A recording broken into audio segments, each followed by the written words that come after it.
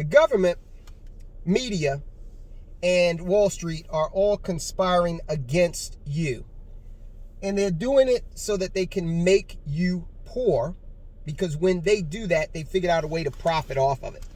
You always hear a lot of people say, well, there's more than enough out here for all of us, and that is true. The pie just keeps expanding economically. But it turns out that the evil access of the banks, the media, and, the banks / Wall Street, the media, and politicians, they want more of the expansion. So as the pie expands, they want more of that. To hell with you.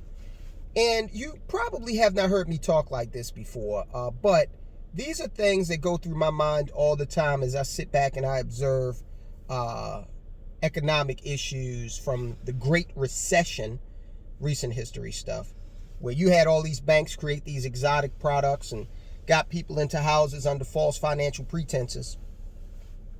Then the House of Cards fell. You want to watch a good movie that explains that whole thing, watch The Big Short. A lot of star power in that movie. They go through the whole credit default swap issue. Anyway, that House of Cards collapsed. Not only did the banks get a bailout, they got billions of dollars, but they also were allowed to foreclose on 10 million homes and then sell those homes and make more money on top of the bailout. Meanwhile, 10 million families, 10 million households were foreclosed on. And this was a deal that was orchestrated by Wall Street, the media, and politicians in Washington, D.C. The media came on and they told you how the sky was falling and the whole world was going to implode unless they got this money. Unless these big banks got the money, the whole world was going to implode. And the banks lobbied for the money, and the politicians said, you know what, instead of us giving the money directly to the people so that they can bail themselves out of their mortgages in arrears, let's give it directly to the banks. And what do banks turn around and do? They got the money, and then they put people right up out of their houses. Okay, so that's one example out of recent history of how that evil access conspired to crush the middle class in order to make more money. Another instance is this whole thing with the pandemic.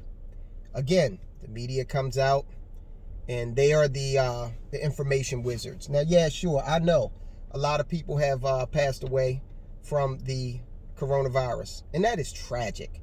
That's absolutely tragic.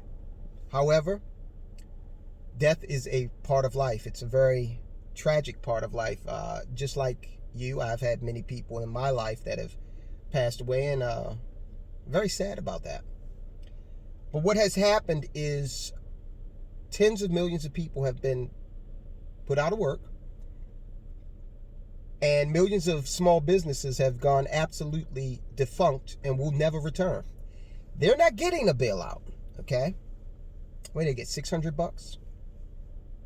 And will they get any protections when their landlords come after them for rents that were not able to, be honored? I don't know. We'll see. If history is an indicator, I doubt it. So we got that. And then this past week, we even have this whole thing where Wall Street made a bad bet on GameStop. The middle classes recognized that Wall Street had screwed up royally and decided, hey, we're going to get on the other side of this trade and make some money. And what happened? The media came out, and the media decried this. Don't watch financial news. It's garbage, okay? They came out, and they decried this, and they basically, as Malcolm X once said, and I'm paraphrasing, that the media will have you loving your oppressor and hating the oppressed. And sure enough, that's exactly what the media tried to spin here over the past few days with this whole GameStop issue. So you had that, then you had Wall Street come out, and they're crying like stuck pigs, man, because they're losing billions of dollars. And it's not supposed to work like that. Wall Street's not supposed to lose billions to the common man. The common man is supposed to lose billions to Wall Street. So the whole equation has been turned topsy-turvy on top of his head, and they don't like that.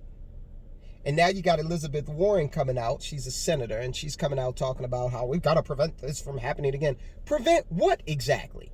Prevent the common man from recognizing one of the techniques and strategies that Wall Street uses and then going about prosecuting that strategy in order to make money for him or her and their families? Is that what you want to prevent, Elizabeth Warren? Senator Warren? So this is why you need to really be diligent about building your personal economy. You really need to do your due diligence. You really need to look at the situations that exist out there. Let me give you another one. Let me give you one where the media, they got on board with this and they've been promoting it for decades. The government created the program called the 401k, Qualified Retirement Account, that defers your taxes into the future. So if you make $100,000, you made $100,000 this year, you put $10,000 into your 401k, you'll only be taxed on $90,000. Okay, you see how that works. So when are they going to hit you up for the taxes on that $10,000? They're going to hit you up after you've retired in the future, when the tax rate will most likely be higher, especially now that we have $30 trillion in debt.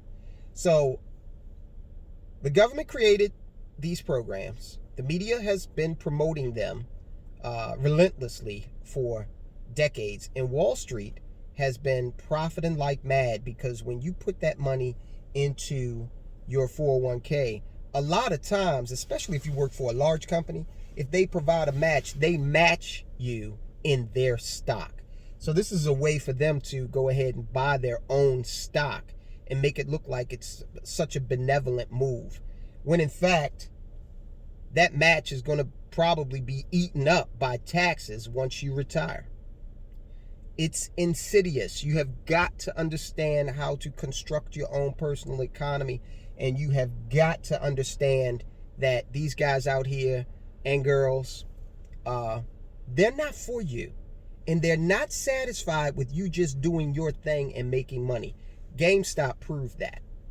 They're not satisfied with you making your money. They're not playing fair. Robinhood, they shut down the ability to purchase shares in GameStop earlier this week. You could sell it because, again, selling it would benefit the hedge funds. So you could sell it, but you couldn't buy it. Market manipulation. They need to go to jail for that.